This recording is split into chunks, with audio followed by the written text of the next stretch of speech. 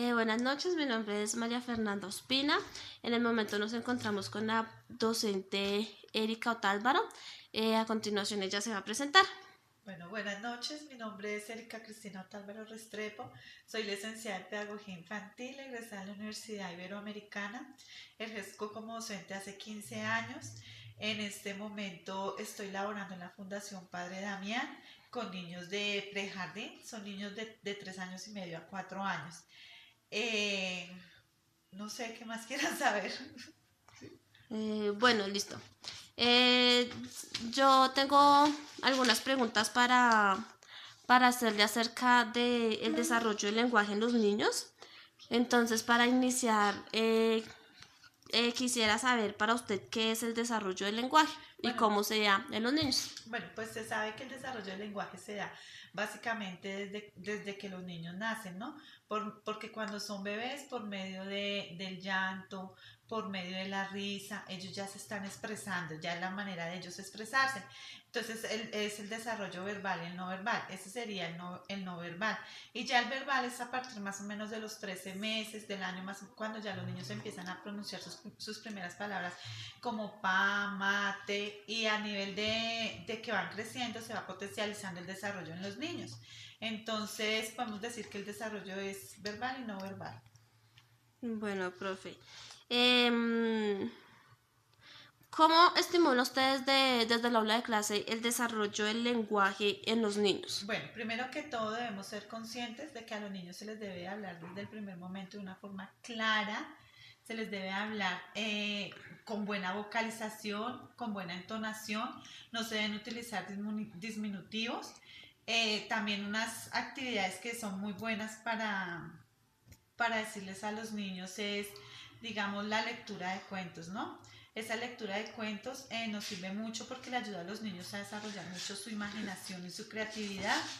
Y también lo podemos hacer nosotros de una manera en que los niños haciéndoles diferentes tonos de voz, diferentes tonalidades, para ellos va a crear también, primero, un desarrollo lingüístico y segundo, les va a enseñar a los niños y también vamos a crear muchos hábitos de aprendizaje en ellos.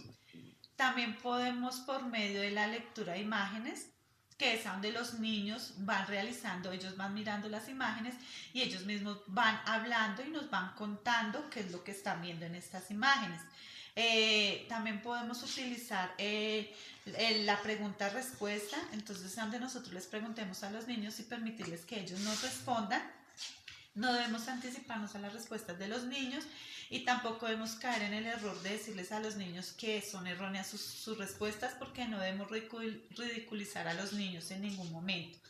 Podemos utilizar también algo que se llama el como potenciar en ellos el color, digamos el color. Entonces, por decir algo, nosotros les vamos a mostrar una imagen, digamos una manzana. Entonces se les va a preguntar a los niños, ¿qué es esto? ¿De qué color es? O al contrario, ¿qué color es este? Entonces los niños van a decir el color y ahí podemos preguntar qué cosas se asocian con ese color. También la asociación auditiva es primordial, entonces para este caso podemos poner a reproducir diferentes sonidos de animales, de objetos, para que los niños los identifiquen y ellos nos puedan decir qué es lo que encuentran ahí en esos sonidos que se están reproduciendo. Profe, con todo lo que usted dice, a veces en los aulas encontramos niños los cuales son muy tímidos, no hablan, no participan en clase. Todas estas actividades las trabajaría con ellos igual que con los otros niños, que sí hablan, que sí participan, que son muy activos. Pues, o sea, digamos que hay que ver el punto de partida porque no todas las veces hay un problema de fondo para que los niños no participen. Entonces puede ser que no sea siempre que los niños sean por su timidez, sino que de pronto en ese momento los niños presentan algún problema en su casa o algo, entonces ellos no quieren participar.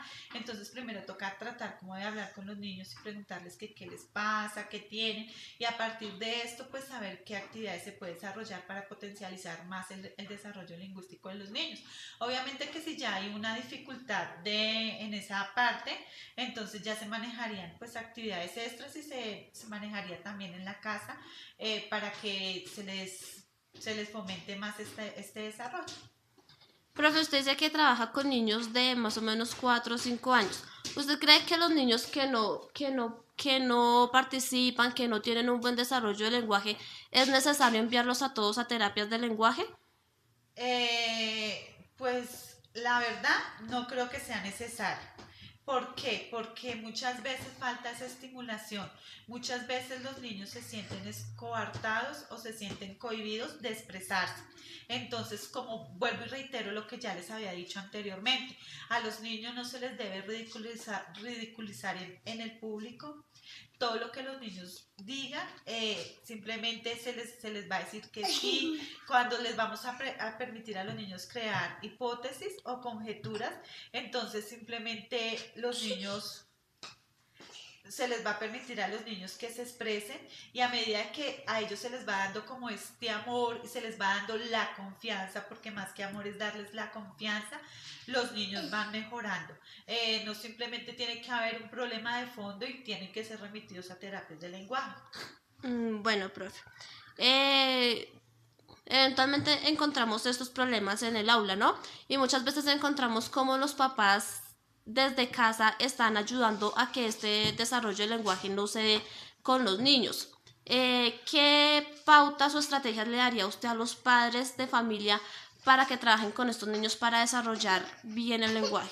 Bueno, primero que todo, los papás caen frecuentemente en el error de hablarle a los niños, en mi bebé, en mi niño, en mi hermosito, y hablarle cosas así. Como ya se dijo anteriormente, los niños se les debe hablar de una forma clara, con buena vocalización, y de esa manera los niños así van desarrollando su lenguaje.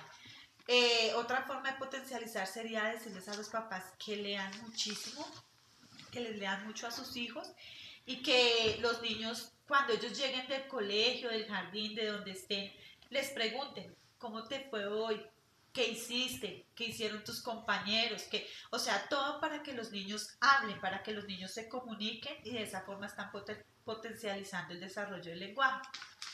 Listo, profe. Y por terminar, ahorita con el tema de la inclusión y que venden a niños de inclusión en las aulas de clase, si llegara el caso que le tocara a usted un niño con una discapacidad auditiva, ¿cómo se podría comunicar usted con ella y cómo hacer que sus demás compañeros también puedan comunicarse con ella? A ver, de hecho, hasta en estos momentos, en el nivel que tengo una niña con un problema auditivo.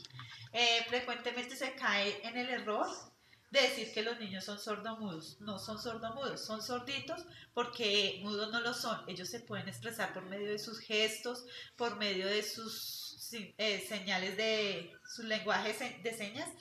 Y pues uno como docente debe estar preparado para afrontar estas circunstancias que se le van presentando en el camino. Entonces, pues, ¿qué he hecho yo? He aprendido un poco lo más básico del lenguaje de señas, como son los saludos, cosas que se necesiten dentro del aula, y lo he ido incluyendo y se lo he ido enseñando a los compañeros. De esta manera nosotros saludamos a la niña con lenguaje de señas, nos despedimos de ella con lenguaje de señas, y hay muchas cosas que ya sus compañeros le entienden a la niña y ella entiende qué es lo que nosotros queremos decir. Debemos ser como estar abiertos y enseñarles a los niños de la necesidad y despertar en ellos la necesidad de comunicarnos con las personas que tienen diferentes dificultades para hacerlo. Bueno, profe, ¿alguna conclusión que nos quiera dar, no sé, a los futuros